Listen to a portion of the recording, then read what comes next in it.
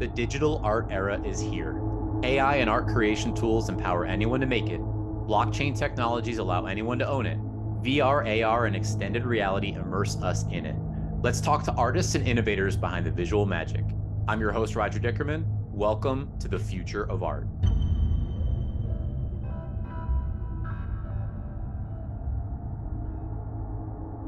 Today, we welcome Batz.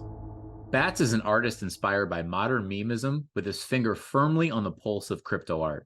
In this interview, we go down the rabbit hole of creation, from Pepe inspiration to Fidenza crossover to a generative project of his own to far more. Let's get to it. Batz, welcome to the future of art. Thank you for having me. It's a pleasure to be here. The future is pretty sick. The future is now for you, my friend. I was telling you this off recording, but it's been this, I don't even know if I would call it a slow boil. Maybe you're at a rolling boil at this point, but it's been this ongoing process of Batz in the news for one reason or another. Yeah, it's dude, it's something else. I especially like now where I don't know, it feels like these past couple of weeks have just been nonstop. Whether it's things going on with my collections or stuff with Ledger, interviews, like that kind of thing. It's just funny how you get these kind of like pockets or moments in time where everything just, we're peaking right now. And I'm just trying to like manage it all the best that I can. With everything else that I've got going on, job, baby, everything like that. But just a few things. Just a few things here and there, no big deal. when those types of moments hit, and you're right, they can be like snowballs in nature, where when a couple things happen, it usually leads to a couple more and a couple more and a couple more. Do those moments inspire you? How do you manage your energy stores? Does it make you want to create more and more? Do you kind of pull back and experience the totality of everything else? Yeah, they're super energizing for me. I mean, they will just like they definitely like inspire me to just work harder, keep it up. Like I think it's more so it gives me a lot of confidence just in what I'm doing. I think similar to many artists are like a chronic self-doubter or I have that bit in me where it's just I think especially historically I've always just kind of like doubted myself in the work that I do, but when things like this happen, it's really a boost to like my confidence and know that people connect with what I'm doing. Like there is a connection to my form of personal expression, and that's a beautiful thing and something that I really can't ask for much more than that. So I love stuff like this, but at the same time too, I do try to like temper it a little bit and not get too like involved in the, I think, quote unquote, like hype of it all, staying as true to myself as I possibly can, and not changing a thing. Like whether it's crazy times like now where, I'm doing a bunch of stuff, a lot of things are going on, or whether, we're in a slower, whatever you want to call it, period where, I'm just cooking and still doing the same thing. I will always, I try to remain on that same line. Just stay how you are. Don't feed into the hype or however things are going. Just keep being yourself. That's what I, try to do. Before going further down the Batz rabbit hole, which we're absolutely going to do, I want to take a momentary pause back to ask you a significant question. It's something I ask every single guest of the future of art. How do you define art? What does art mean to you? Yeah. How do I define art? What does it mean to me? I mean, I think I'll start. What does it mean to me? I think it literally means like everything to me. It's something that from a young age, thinking, retrospectively, it's something that I've always used as like a way to, in a lot of ways, like comfort myself and express myself. I think it's almost always been like a form of catharsis. It's like just this thing that I have to get out to feel better, and keep myself even keel and I don't know, in my natural kind of like calm state. So in a lot of ways, it's everything in that sense, from a form of like expression, but at the same time, it also, I think it feeds a lot of the energy of my life, right? Like viewing art, taking it in, and two, whenever I say art, which I think, this probably abides by like the first part of your question, is that it's not just a painting. It's, to me, art is not just a painting. It's not just a sculpture. It's, really it's like things that just make me feel in a lot of ways.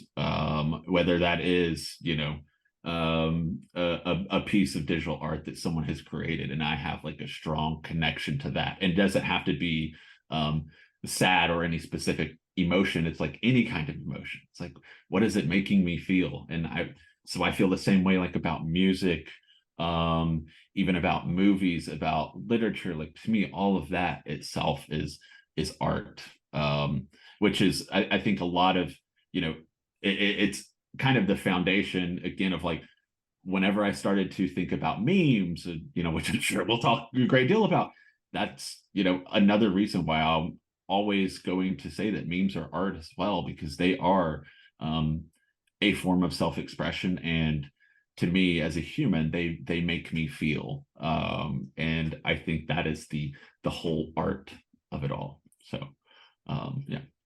When it comes to, maybe we go there first, and we'll get back to, again, the rabbit hole. We'll put on another pause for a moment, but yeah, go into memes for a second. What I think of when you say that, I do tend to err more on the side of an inclusive definition of art, and just hearing people's answers, and in general, even hearing society's answers to how they would define art, you typically can bucket things into inclusive, meaning anything and everything can be art if it makes you feel. Everyone is entitled to it, should be able to access to it. Then, of course, you have the other side, more the exclusive definitions of art.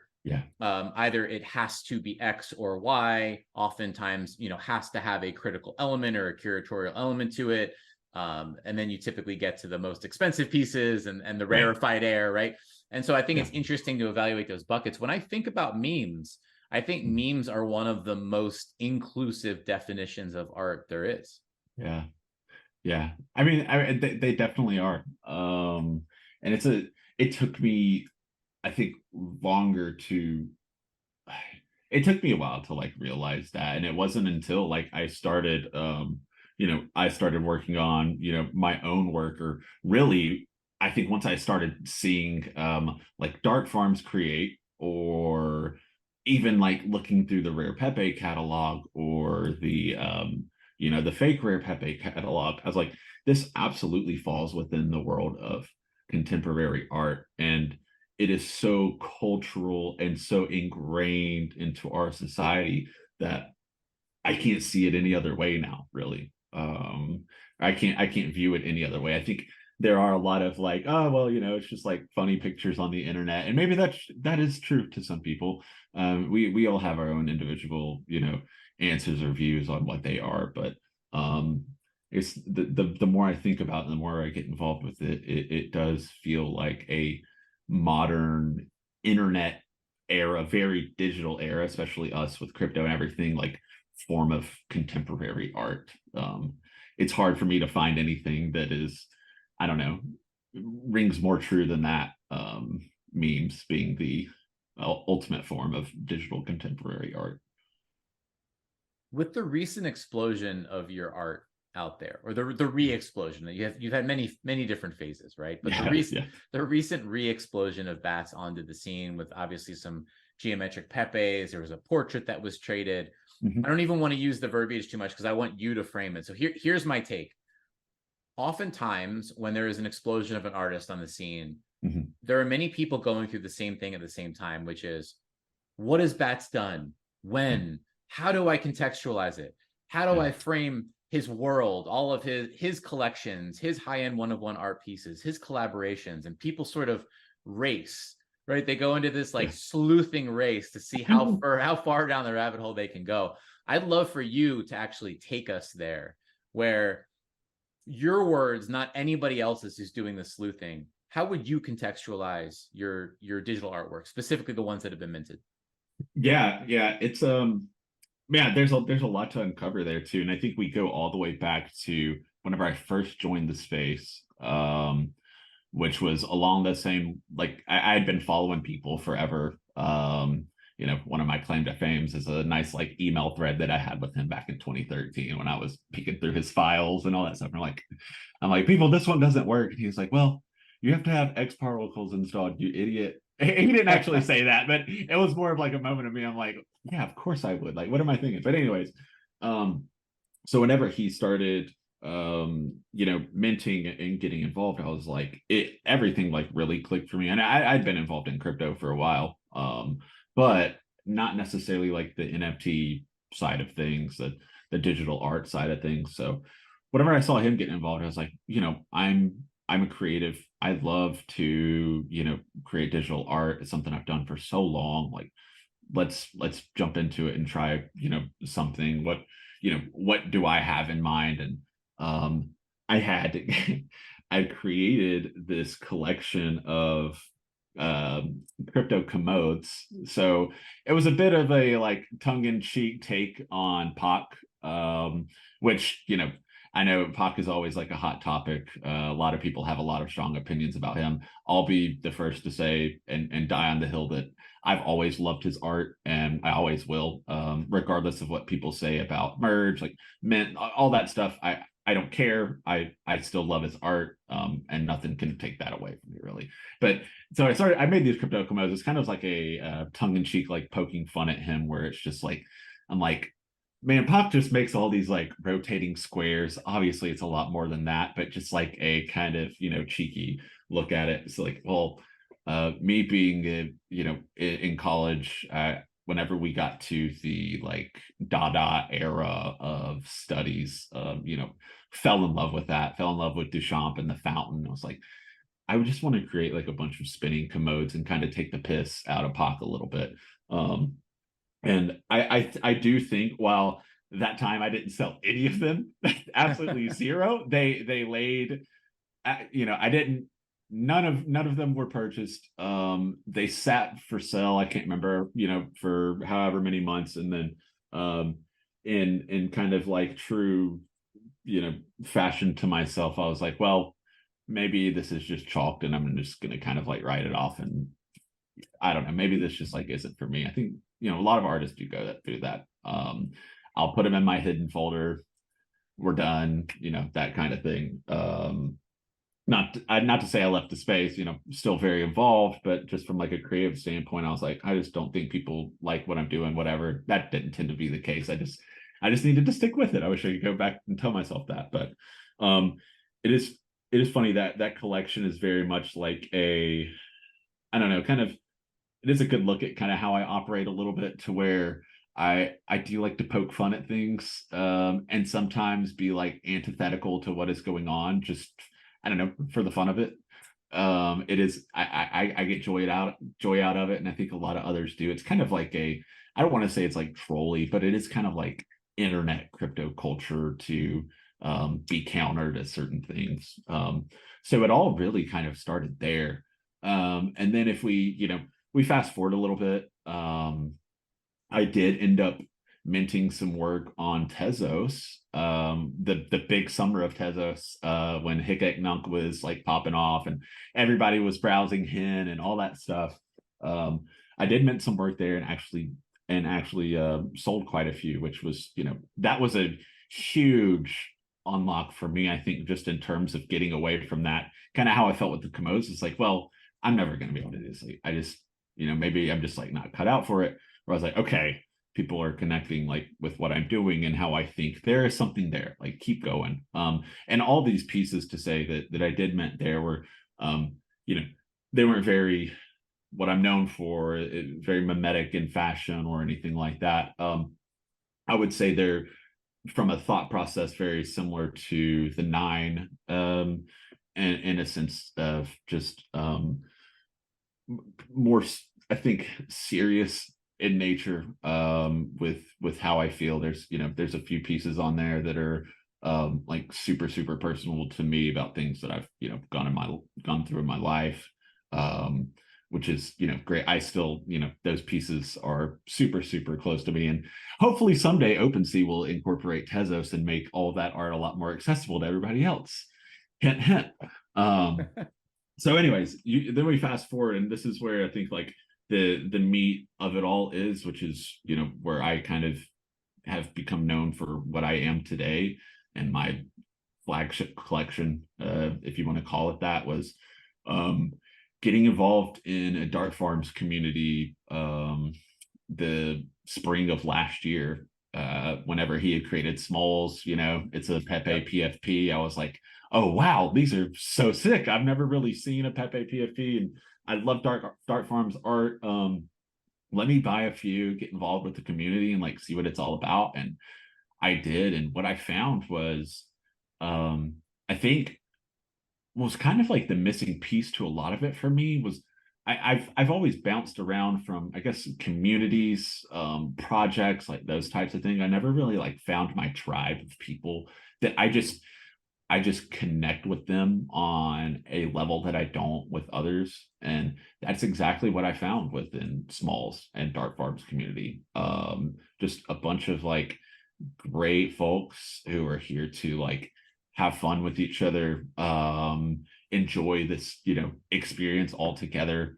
And so during that time, I felt really encouraged to start to explore like my own works, and, you know, the things that I'm thinking in my head would be interesting, because I found these group of people that would be receptive to that and be like honest with me. And so I started creating what we know now as geometric Pepes. And they I think the great thing about it is that I created those things with absolutely zero intention of selling them or making it a collection. I had no idea that any of that, like this, none of the, and this is like very true to me, none of this was planned. Like, I don't really like plan for a lot of this stuff. It's all just like in my gut, just do it, put it out there and see what happens.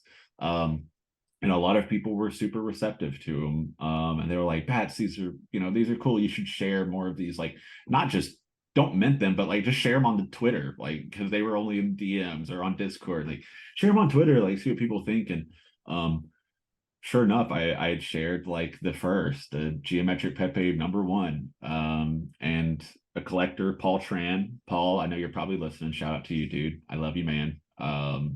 He was like, hey, where can I buy this? Or like, are you minting this? I was like, you know, I never really thought about it, but maybe there's something here. And so I was chatting with him. I chatted with a few other people, like Slug. I'm sure, you know, a lot of people know Slug, Dr. Suss, a few other folks who were like very, and of course, everybody in the Dart Farms community was like very encouraging. Go do it, go mint it. And I did. And, you know, what followed after that was a collection of 100 geometric Pepes. And that is like the thing that I think I'm really, really, really known for these days. But, you know, I think, again, none of this like planned out, or is very just like off the cuff, because what follows that are like Pepe Denzas, a few edition drops, like those kinds of things where it's just like, I get this thought or this feeling in my head. What would be something that is just like fun and interesting to do? How can you like keep driving home, I don't know, the fact that you think that memes are art, and what memes in the space can you connect with and maybe mesh together? And Pepe Denzas is like a great, I think, combination of all of that with the true like Fidenza silhouette that we all know and like love. And I don't think people do think this, but just to say also, none of it is ever meant as a, you know, diss to Tyler Hobbs or anything like that. Very much a tribute to Fidenzas, because I think we all know and that they are brilliant and a true just like a key to this space that we all love and appreciate. And I know I'm one of them. Hopefully, you know, someday I'll have one sitting in my wallet. Someday we're working on it. So anyways, I kept kind of like feeding into that mimetic, you know, art approach. And that is the bulk of my work. I would tell people that like that is really like the bulk of my work, is like approaching memes with that mindset is what you will find. But with that does come some other work that I had tapped into, like the 9, and the portraits, where they weren't, you know, necessarily based on memes, but it was just very much a form of like I would consider them all really truly like self-portraits, in a certain way. It's something that I had started working on even when geometric Pepes were still going. I think I'd started work on the 9 September of last year, and worked on them until like Pepe Denzas were finished. So I was doing all of these things like simultaneously. But the 9 it is that piece that I was not sure about doing them, if I'm being honest, solely because personally, I think I was probably pigeonholing myself into hey, you're the guy who makes Pepe art.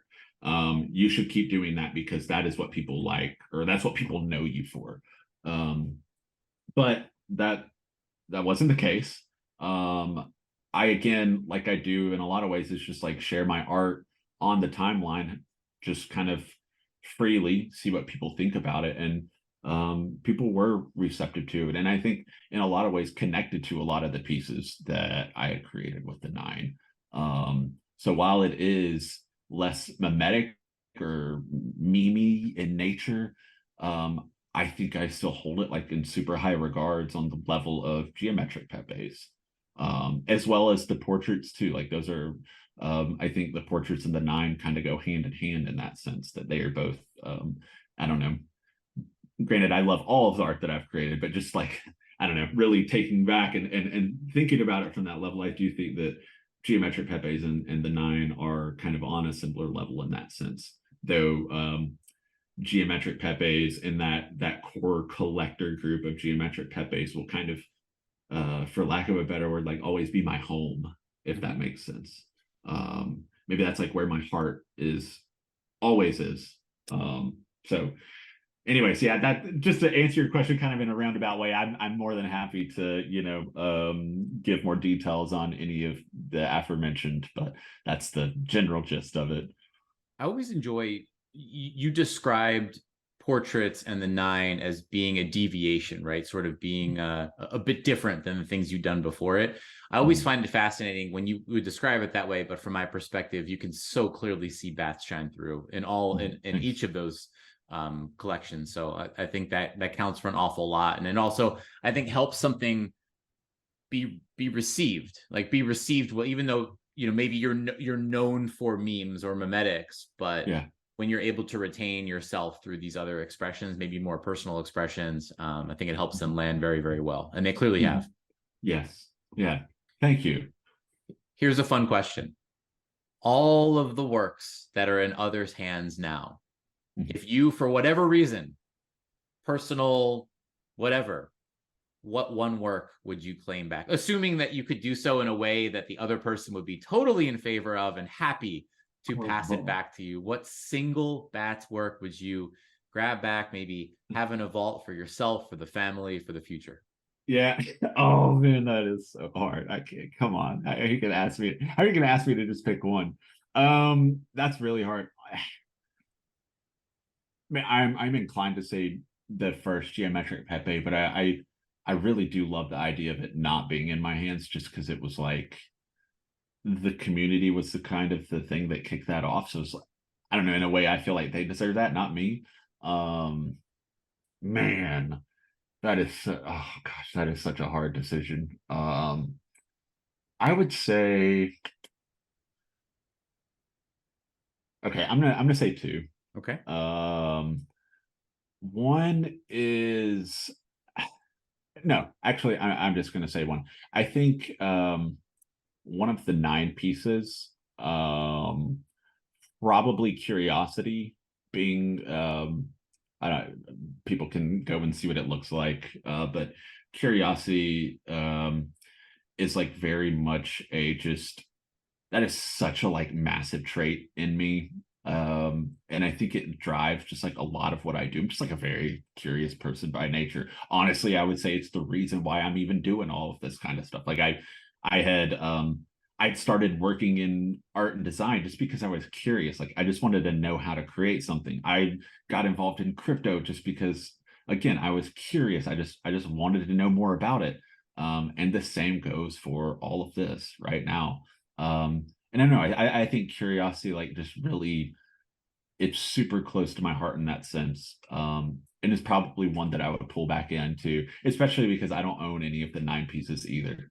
Which I guess that's another thing. It's like, man, I should have just like kept one of them for myself. I think that's it. Curiosity. I Yeah. like it. And you're right. That quality, the curiosity quality, it's so key. It's so key, Mm. especially in early industry, one in which people are taking leaps of faith all the time. People are, as you referenced earlier, trusting your intuition, trusting your gut on all the various actions you're taking. Like that. That's such a yeah. It's a good word. It's a good choice. Yeah, I think so. And it's I too well, I completed them all in like such a random order.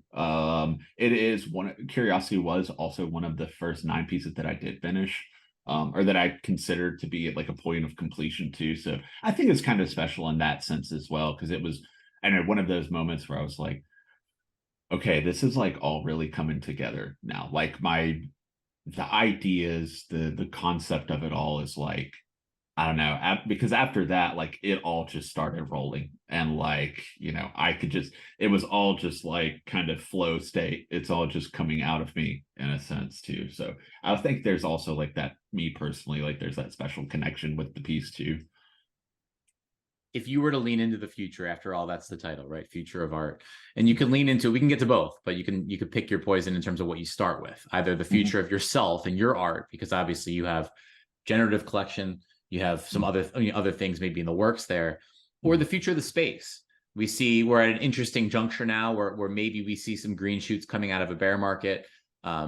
We can at least look ahead to the hopes of a bull. Maybe it looks different and feels different than anything we've experienced before, but nevertheless, it does feel like there are some indicators of hope more recently. So when it comes to the future of either the market or the art itself, where that's all going, or the future of your own art, what would you like to say? What would yeah, like, what would I don't know, prefer, or like, what would I, Let's put it this way: your convictions in one of those camps. What are your uh, convictions? Maybe your oh, beliefs, yeah. where it's all going. Oh, I mean, I think I have to say like just the space as a whole. Like I have so much conviction in just really the space as a whole. And I do think not to be that guy that's like both of them. But that does also like, that affects me too. But I think, my conviction lies in the space as a whole. Cause I just, gosh, man, I see so much stuff every week that that is so energizing. And like, while, even during this time over the past year where we've been, it's been what people like to call a bear market, or, the market hasn't been great or anything like that. There are people out there every single day, like doing things to push the space forward. Exactly like yourself, people like the team at Transient, the team at Foundation, Manifold, all these great folks who are just like working so hard to enable collectors, enable artists. That's just like such an amazing thing. And it gives me this undying conviction in the space, because we have all of these great, like passionate, intelligent people who are working really, really hard towards the same thing, and really truly enabling the world of digital art. Um, so really, I have, just massive, massive, massive conviction in our space, the digital art space, the um, NFT space. I think too, like crypto as a whole, also like massive, massive conviction in that. That's kind of what kicked all of this off for me back in 2017. Was like under, well, I say understanding how it works. I mean, I think a lot of it's probably over my head about how it all truly works. But just understanding the ideas and the concept behind it, and why it has been created, and what it does. Again, that my conviction, even regardless of market conditions, has not faltered. And I think, if I wasn't to be like that, or if I didn't have that level of conviction, then I probably wouldn't be the artist that I am. I wouldn't have this just pure passion for everything that's going on, or this like positive outlook on everything's going on, regardless if ETH is, you know, $1,000 or 3,000, whatever, regardless of if I'm selling art or not. I still have just, I don't know, so much hope for what we're all doing here. Now drill down to you.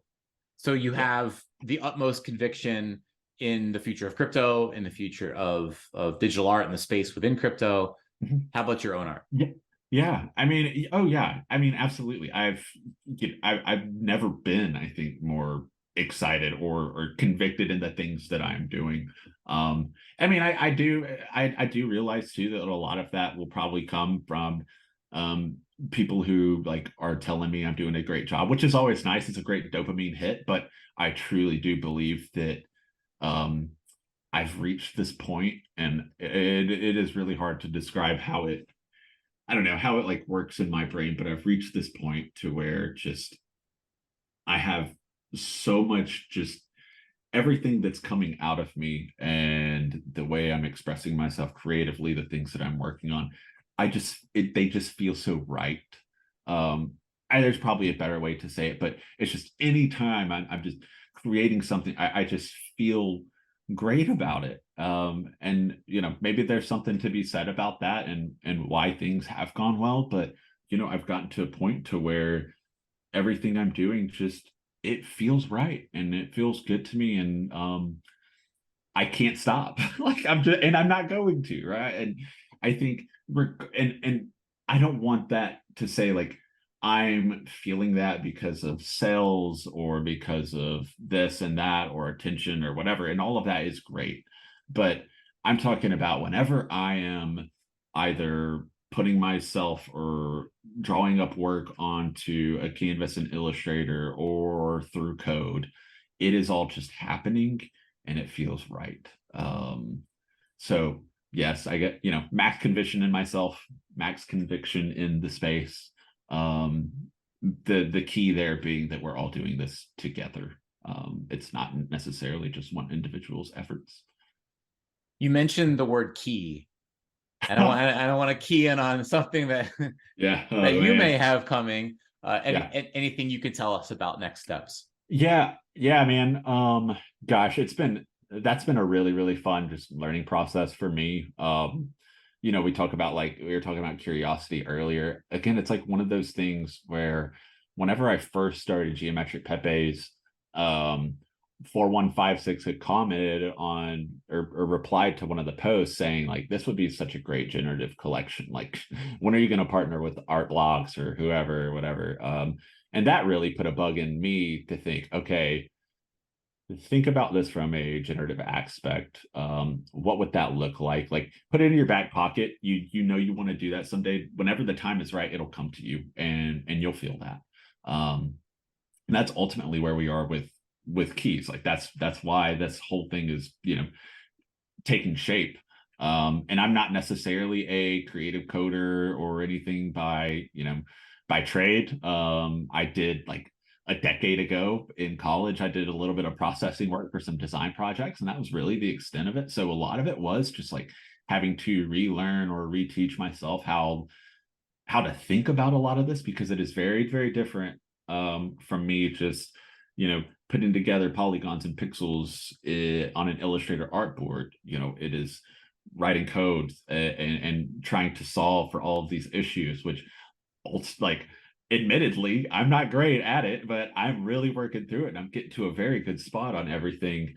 So I would say, like, right now, where I am in the whole entire process of it all is, I've gotten to a really good place with certain like aspects of the collection, or I guess you would call them like certain parameters, like the color palettes, the way things are laid out. I feel super, super confident about just like the base structures of it all feel great. Like they're perfected, they're good, they're ready to go. But right now I'm still, I'm in the weird spot where like I want to commit to being done, but I'm not. Do you know what I mean? Yeah. It's a really, really hard, like, I know there's a lot of eyes on it. I know there's a lot of attention. I know people want like all this information. Like, when is it going to happen? But ultimately I'm still like the big thing that I'm still exploring are like texture, like ways to approach texturally. And the reason being is that I was thinking about this, and I wish I remember who had someone wrote a thread or had made a comment or something like that about generative art, um, and how, gosh, I really wish I could remember who it was, and how you know a lot of these collections are great, and they're all like very visually similar. Like, where are the generative art collections that are like extremely visually diverse to a certain extent? And that kind of, I don't know, that puts something in me. It's like, I wonder how far like I could push something like that. Like how, still in the same family, they are still part of the same generative collection, but how far can I push the visual diversity of this whole entire thing to where um I don't know, there's just like something fresh within each piece. And I think textures are like a huge unlock for something like that. Um so I mean I still have like the base the grain or the noise that a lot of people like love and know that I've like laid over a ton of my work. So there's forms of that, but I'm talking about like um William Upon is somebody huge, just like super inspirational to me. How to turn this into, what does it look like if it were done with a 2B pencil and some colored pencils, or what would this look like if it was done with a felt marker or an oil painting, like those kinds of things. So I'm really trying to I'm working hard to get that part of it done and finished. I'm just very much in the stage of I'm still exploring what that's going to look like, and finalizing those details. And I have to, this one hard thing about this space is you do get a lot of just DMs or replies to like when there's a lot of attention on this thing, and I can't let myself fall victim to that in the sense that I start to rush things. Like I have had moments within this whole entire process where I can feel myself just like, I don't know, telling myself like, okay, it's done, it's done. Mm-hmm. Don't worry about this anymore. Like it's finished. And having to like reel it back a little bit, because honestly, I'll either become like anxious or like uptight a little bit. It's so funny. My wife can like pick up on that thing, like stuff like an instant. She's like, "What's the matter? Like, what's going on?" I'll like spill all this to her. Just like, I'm just trying to like figure it all out. She's like, "Well, just like." Stay true to what you're doing and just like keep doing it. Like you owe it to yourself to always like see your vision through. Don't let, regardless of the action of the collections or how they're being traded, like just stick to what you think and know and like what you're doing.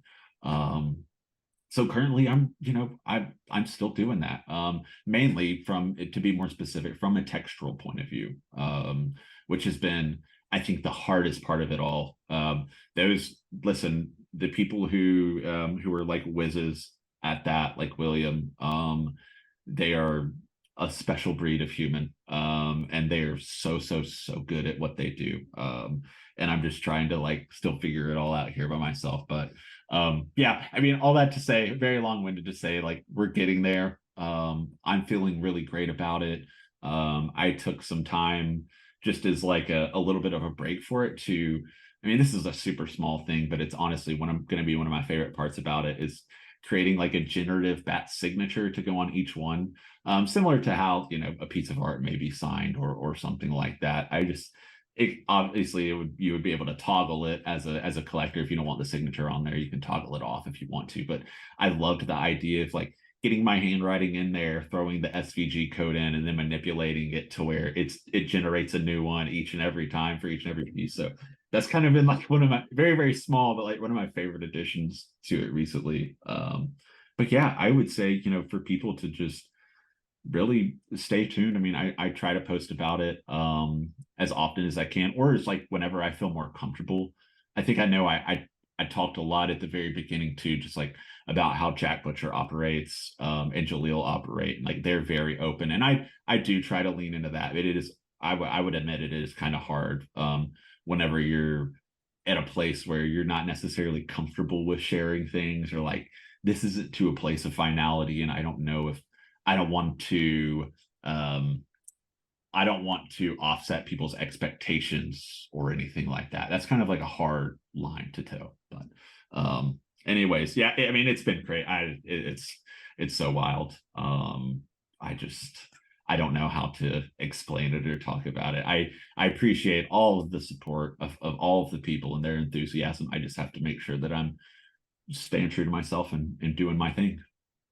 Through that process, how has it been navigating the variable of having keys technically out there, right? They are Yeah. out there. They are on OpenSea or wherever Yep. trading on a daily basis. Sometimes people will spark up some speculation. Attention will peak and valley. How has that been from either a complicating variable or an inspiring variable, or just in between?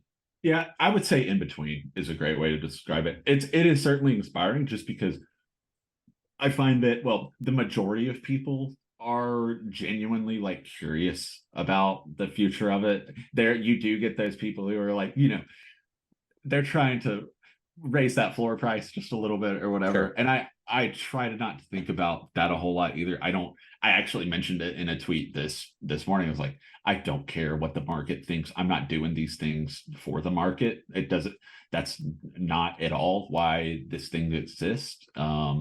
I'm doing this because it's my vision and I just have to see it through. So I would say it is definitely like an in between, and it varies a lot. Like sometimes one side will outweigh the other, just depending on how things are going. Very complicating from there's this pressure or it's this expectation point of view. But like I was saying, inspiring because I think people are really excited about it, and that once I can, and whenever I feel that, I get super energized about it and just like start to cancel all my meetings for the rest of the day so that I can work on it. So yeah. How about as we get closer to the end of this year, we have Art Basel, obviously basically upon us. Going to be spending some time. Yes. Oh yeah. I can't wait. I'm super excited. First time there. It'll be a lot of fun. I'm so excited to just meet a lot of people that I've interfaced with over the internet for however long, and a lot of people who I truly consider like great friends. I hate to be able to meet them in person and just like spend that time with them is so special. So yeah, dude, I'll be there. I can't wait. Honestly, I have no idea what's on my agenda. I'm just going, and in true fashion, I'm just gonna like go there and wing it and just like figure it out, see what people are up to, and like go hang. But I really just I can't wait. It's gonna be so much fun. First time in Miami too, so it'll be a lot of firsts. The Batz intuition. I love that you're walking the same line for the trip as you do in the space with your art. It feels right. Right. That is just like very much just like me as a human. So at least I'm true to it in that sense. I love it. Batz, who should be on the future of art? Let me know if I say somebody who has already been on here, which I probably already have.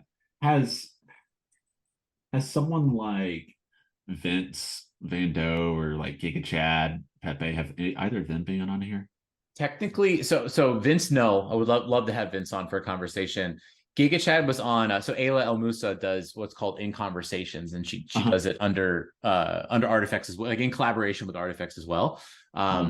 So she brought on Giga Chad with Ben Strauss for a conversation, but I have not had Giga Chad on one-on-one for an interview.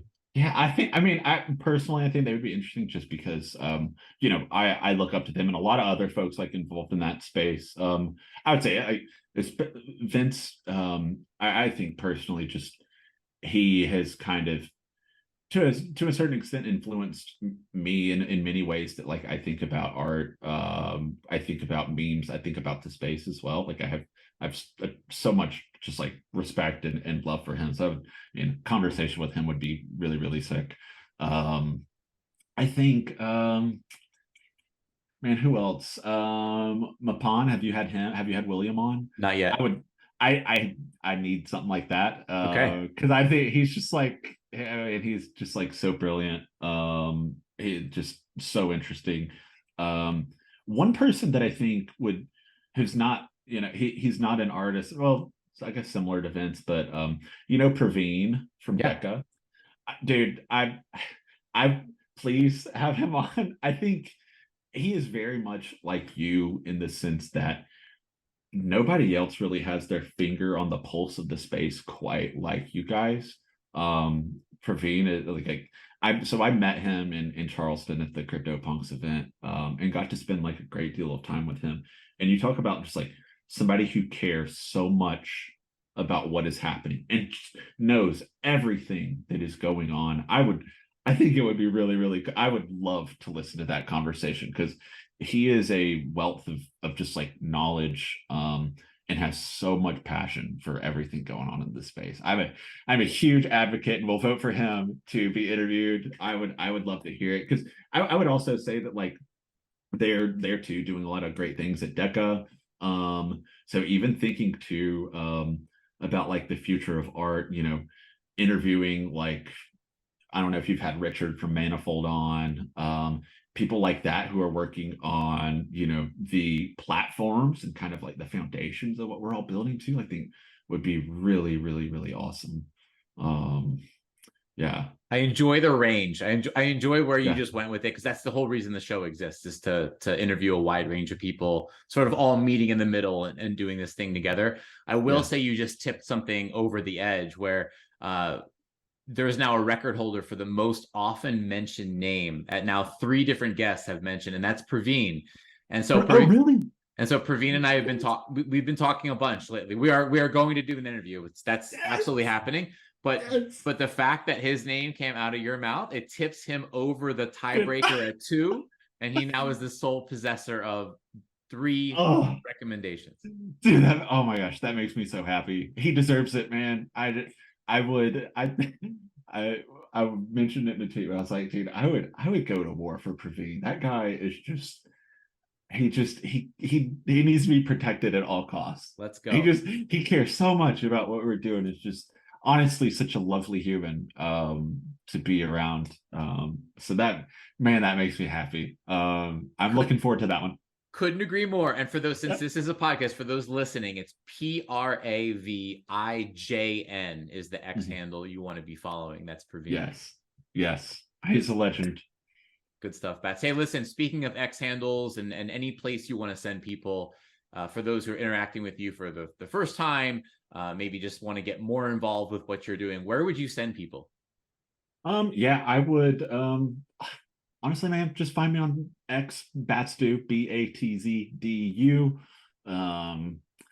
Go there. That is where you will find anything and everything that you need to know about me. Just honestly, maybe take 5 minutes to scroll down my timeline. You'll probably get a good idea of who I am. And that's, you know, I don't really have much to plug other than that. Yeah.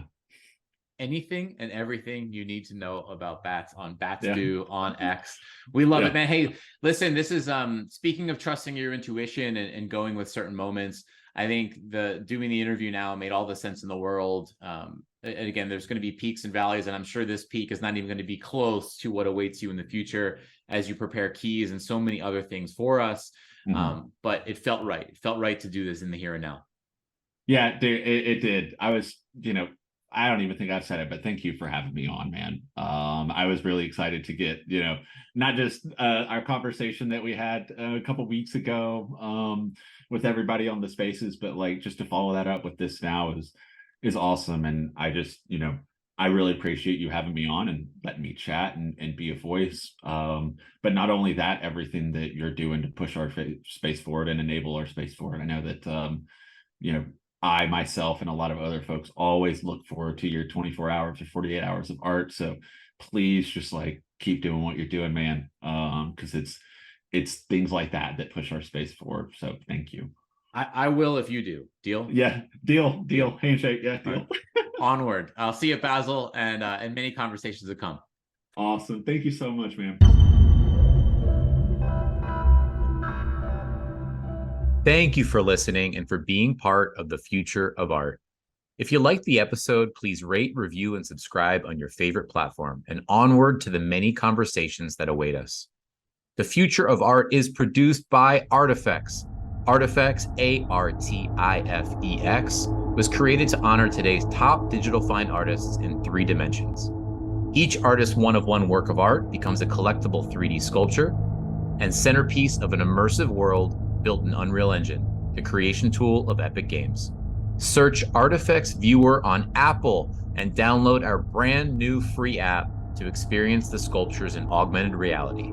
And visit artifex.art/unreal to literally step inside the art on your browser.